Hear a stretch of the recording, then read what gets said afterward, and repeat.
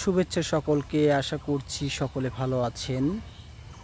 খুব সুন্দর একটা সকালে আমরা এখন চলে এসেছি যশোর উপশহর পার্কে, এবং পার্কটা এক প্রকার পরিত্যক্ত।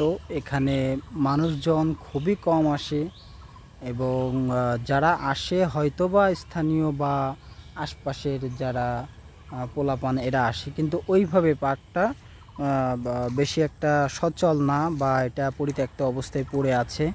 তো আমরা উপশহরে এসেছি একটা কাজে, এসে এখানে আমরা পার্কটা ভিজিট করতে আসলাম।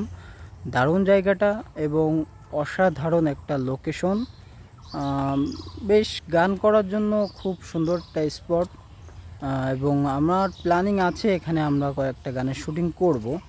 এর আগেও এসেছিলাম আমরা, এর আগে আমরা যখন শর্ট ফিল্ম করেছি তখন এই সব জায়গায় আমরা কাজে লাগিয়েছি, কিন্তু আজ এসে দেখলাম একেবারেই অন্য রকম, সবুজ আর সবুজের সমারোহ। তো দুই বন্ধু চলে এসেছি, সাথে আমার বন্ধু নাইম। হ্যাঁ নাইম, কি খবর? এই যে বন্ধু, আলহামদুলিল্লাহ। বন্ধু, জায়গাটা কেমন লাগছে? অনেক সুন্দর, আমার কাছে অনেক সুন্দর লাগছে। তা আমি তো দেখেছি যে নাইম কিন্তু অনেক দিন যাবত ধরে কিন্তু আমি আর নাইম ঘোরাঘুরি করি, কিন্তু বাড়ির কাছে যে এত সুন্দর একটা জায়গা আছে এটা কিন্তু আমরা জানতাম না। নাইমরে বললাম, তো এখন আসলাম। তো আমার কাছে অনেক ভালো লাগছে জায়গাটা। তো প্রিয় দর্শক শ্রোতা, বিশেষ করে এই যে গাছগুলো দেখছেন, এই গাছগুলোর নাম আমি অবশ্য জানি না। এগুলো কি শাল গাছ না কি গাছ বলে এগুলো? এই গাছগুলো হ্যাঁ, আমিও তো জানি না।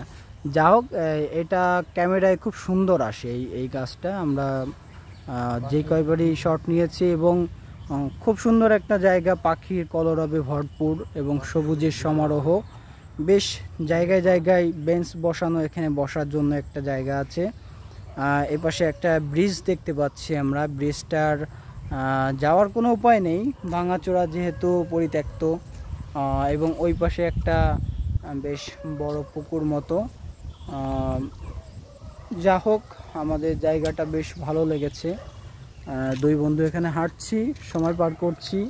আমরা যে কাজে এসেছি সেই কাজটা আমাদের মিটে গেলে আমরা চলে যাব এখান থেকে।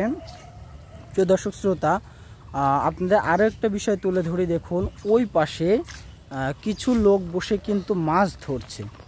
আসলে মাছ ধরা যে কত বড় নেশা, এটা শুধু যারা ধরে তারাই জানে, একমাত্র জানে যে মাছ ধরা কত একটা নেশা, এবং সারাদিন বসে যে ধৈর্য সহকারে মাছটা ধরে, আসলে মানে অকল্পনীয় একটা ব্যাপার। তো আমরা বেশ সুন্দর আমাদের যে একটা, আমরা যেমন ভেবেছি তার থেকে খুব সুন্দর একটা প্লেস।